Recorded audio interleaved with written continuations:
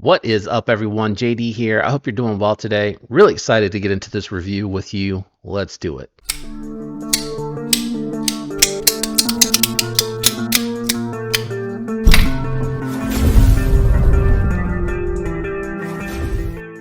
All right, today we are taking a look at a new model from Divo. We got the tall boy here. This one is the traditional pocket knives exclusive S90V belt satin finish, 80s camo carbon with the satin finished hardware on here.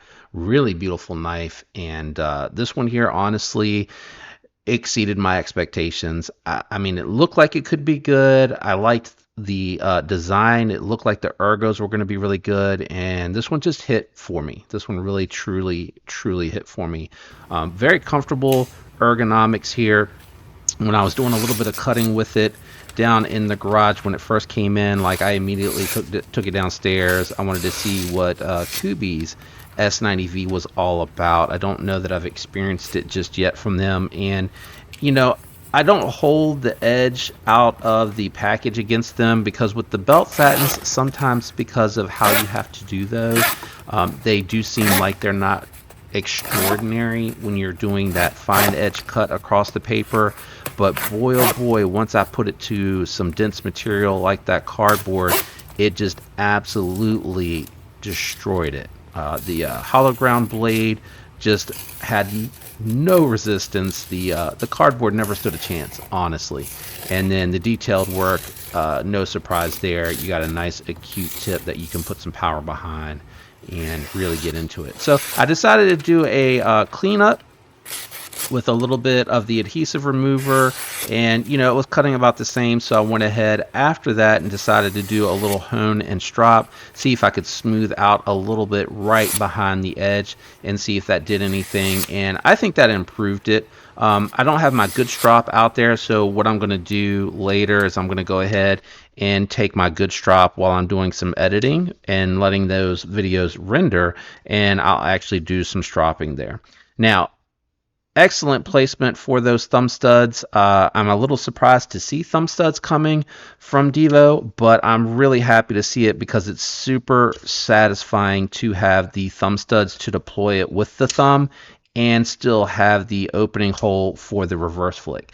I personally prefer having both, and I think in this instance they were able to pull off the design aesthetic powerfully.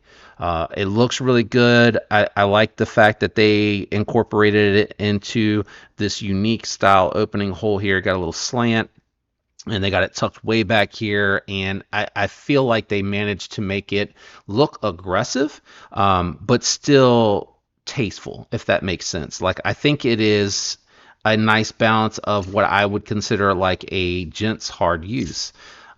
It's a little bit more narrow than I thought it was going to be, and there's no contouring on here. It's just a flat scale with chamfering, so I was kind of expecting it to have like a slight contour that you weren't going to be able to see too well with the radial pattern, but I kind of get it. It makes more sense in my opinion now, having handled it, to have the flat scale for that radial pattern. And I've never really had an issue with any sort of carbon fiber, fat carbon, camo carbon feeling slick when it's in hand. And I always feel like anything that I've handled from Divo Knives has had really good ergos. Like, I feel locked in place. I'm not terribly worried about slipping or sliding out of position when I'm using the knife, and I really appreciate that. I'm glad they brought the opening hole down a little bit. I think they could have truthfully brought it down even more. I'm able to kind of get to it without even touching the scale, so I feel like they could have left a little bit more material on there, and I only say that because I really like the materials that they chose, so I like to see lots of it. In my particular instance, lots of greens, a little hint of pink, and some blues. I tried to talk to Austin. I was like, if you got anything that has some more blue in it, but he said that this was the one that had the most blue in it, and it shows more green and pink than the blues. But I'm happy with it. I really think it looks good. I like the 80s. I actually reached out to Kevin too to see if I could go ahead and pick up the Black Pearl. I wanted to go ahead and get both of those, and it'd be nice to have the two to kind of compare. And I really don't mind supporting Devo. I think that they do a lot of great stuff for the community at very affordable prices, awesome price points and designs between him and Colin over there at Devo. So I really don't mind supporting them. I try my best not to buy duplicates unless, I want to swap some stuff around, which is not what I want to do in this instance. I really want to see what the Black Pearl looks like, and I kind of want to be able to compare two different models. And my hope is that I can get those up before these drop to help you in case you're torn between which two to get. I like the jimping out here as well. I don't want to get too far away from my review talking about that stuff. But I appreciate that they took that jimping all the way out, especially with a larger design. I land comfortably, whether I'm choked back, choked up, or even in a pinch grip position. This jimping is in a really good spot, allowing me to really lock in and put that power down to the tip for those draw cuts and those utility cuts that you might be doing when you're opening in a package or anything like that. Super simple construction in this instance, because I wanted to take a look in there. I removed the screw when I did the disassembly, which will be in a different video. I wanted to do that separate so that you guys can look at that and I can kind of take my time and not feel like I'm rushing. But I just wanted to look at the liner because it is unique. The way that they designed this steel liner here is the steel is all machined out of one piece, which is the first time I think I've ever seen this. I could be wrong. I may have seen it and not realized it before, but they integrated all of it, right? It's the lock bar all the way down, and it is the exposed piece here, which is kind of cool, the little satin that they did there. And I don't know, I think it's all steel. Hold on. Yeah, it is all steel. Okay, just making sure. I was like, wait a minute, I don't remember when I took it apart seeing a screw, but now I started to kind of doubt myself. I was like, I think they've done these with titanium liners in the past, but I really like the steel and the weight feels pretty good on it, so I'll be interested to see what it comes in at when we get to the weight portion of this. But right now, I'm still talking about the action. Great detent on here.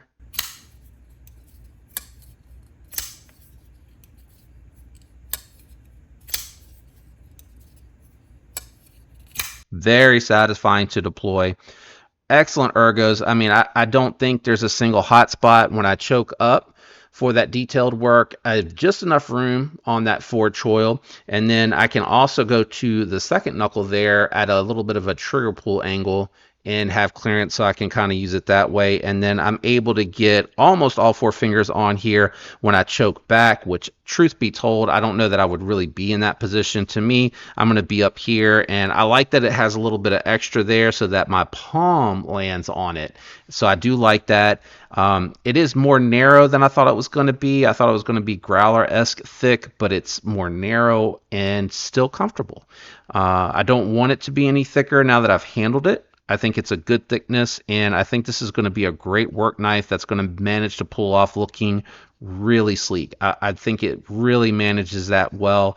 This one's a little bit more fun, a little bit more pop of color. I think, if I were going on a date night, I probably wouldn't grab this particular one. That's why I wanted the Black Pearl. That way I can kind of flex into both.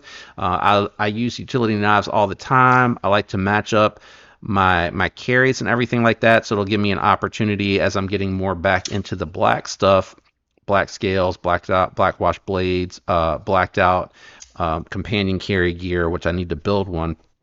I think it'll be really, really nice, truth be told. You got a milled titanium pocket clip. They did the satin, polished satin finish on the steels here and the titanium here and here, so I think that really pulls it all together, really keeping that look looking good too. No lanyard holes for you guys out there. Sorry for that for you. For me, it doesn't really bother me at all, as I don't use or like lanyards unless it's something like a really small knife.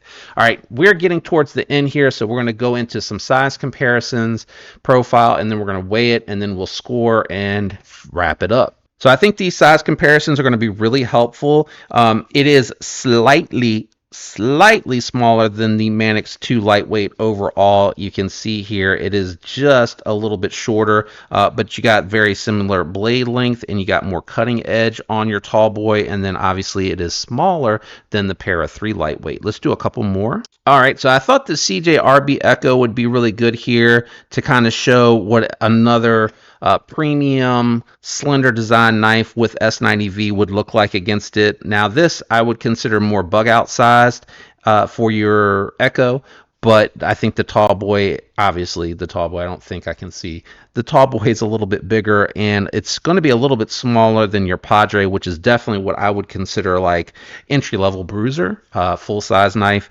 for sure. Let's close them up and see what they look like closed, how they're going to carry in the pocket, and then we'll weigh it. All right, so I did want to start with the Manix 2 lightweight out here to kind of show you against two bigger knives what the tall boy is going to look like. So the tall boy may be Divo's biggest knife, but it's still not a big knife for all intents and purposes. So I wanted to bring the Echo out here because, again, I think this is a little bit more comparable as far as size. While it is a little bit bigger than the Echo, footprint is going to be pretty similar, right? It's just giving you a tad bit more than your normal Divo that you typically see, but I don't want people to be fooled and think that it's such a large knife that they're going to want to avoid it. I don't think that applies here at all. And then good thickness, as you can see here, very comparable to the Padre, which is surprisingly thin. I think people don't realize how thin it is, which is why they have such a tall handle on it. And then just ever so slightly thicker than the Echo. I was actually surprised, even with the contoured scales,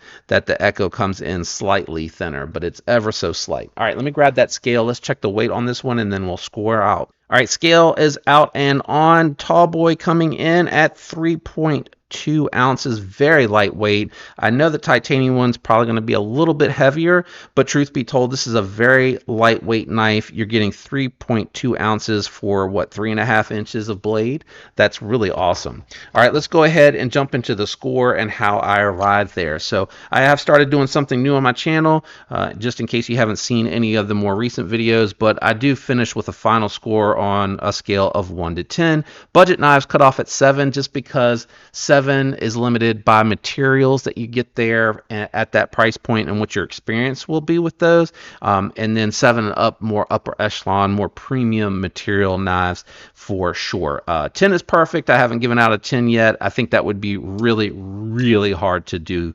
So what I, again, take into consideration is materials offered, performance, price, bang for buck, detent, action, everything like that. So again, a 10 is going to be a perfect knife, and I know the pressure's on because Kevin is my friend, but I am going to remain objective here. The things that I love the blade shape, I love the overall design. The ergos on this one are very comfortable. I love the fact that Divo continues to make sure that you have a lefty option for all of the models, to my knowledge, to this particular point. I like the belt satin on here. I think Kubi has done a really good job. I think they've gotten excellent feedback from the models that they've offered from Kubi because of materials that you get at that price point and how it performs and how they have done with their knives. And Kubi's a brand that I've been around for 3-4 years now. Handling their models and things like that, and I can see the growth from Kubi as well, and I think working with designers has helped them evolve their knife game. So they have really, really come a long way, in my opinion. Where am I at on this one, and then how did I land there? It is going to be a strong score. It's probably going to be one of the strongest scores I've ever given on this channel, and I promise you it's not because of the honeymoon phase. It's just this particular model resonates with me, and there's a version out there. There is, the basic plain Jane version out there if you don't like all of these colors, just titanium and the knife steel, right? And if you do like a little bit of color but not a lot, there's the black pearl, which is why I wanted that one as well, because I want something with some color, but I also want one for when I don't. Now, they do advertise it as their largest knife, and I think that actually helps the score for me. Again, for someone with large hands, as you can see here, it does hang out at the back when you look at the pinky, and I choke in tight, but I do like a little bit of knife left over for the rest of my palm to rest on while I'm using it. To me, it feels more balanced and a little bit more secure. I think they could have left a little bit more material. I don't mind it. I don't hate it because it does show off the polish.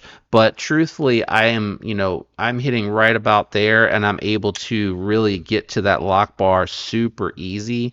And there's a lot left over. Now, I don't think they need to come all the way down, but I think just a little bit more material, because I do like the materials that they're using. Again, as I mentioned earlier, I love the fact that they're doing things different. This is unique. I've never seen it like this before, to my knowledge, where it's just one steel liner lock bar showing polished on the outside of the scale. I think that's really cool, and I think where it really shines is when it's closed up. I don't think I've shown it closed up until this point. My apologies. I like they did a little something different with their pocket clips as well.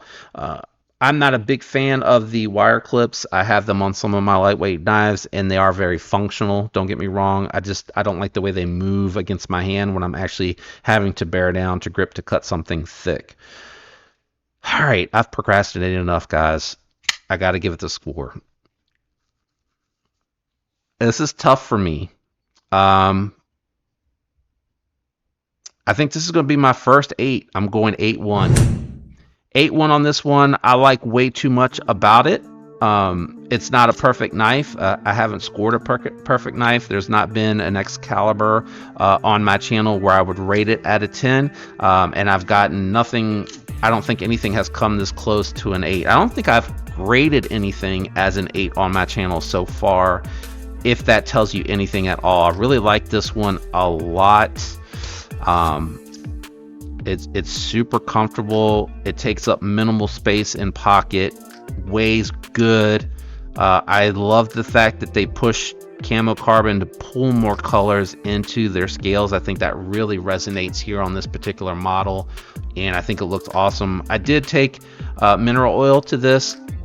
I cleaned it with a little bit of Dawn soap water to get like the dirt off of it, and then I came back over it with some mineral oil, and I let the mineral oil sit for like 5 minutes, and then I came back and wiped it down, and it just gives it a little bit of a sheen. It helps provide some nutrients to the carbon fiber, keep it strong and healthy. So I do really like that a lot. Really excited about this one. I can't wait to see what the Black Pearl looks like. I have not experienced that version of camo carbon yet, so I'm very excited about that. I've had quite a few 80s and Gecko, so I'm really excited to check that out. I've had some other camo carbon, but I have not had the Black Pearl yet. Anyway, I've talked and rambled way too long. Let me wrap this one up. Thank you guys. If you enjoyed on your way out, hit the like. Don't forget the links are down below. And if you're not subscribed, consider subscribing. I'd love to have you follow along as I grow the channel. And a special thank you to those channel members. You guys are amazing. I love you all. Have a fantastic week. I'll catch you on the next one. Peace.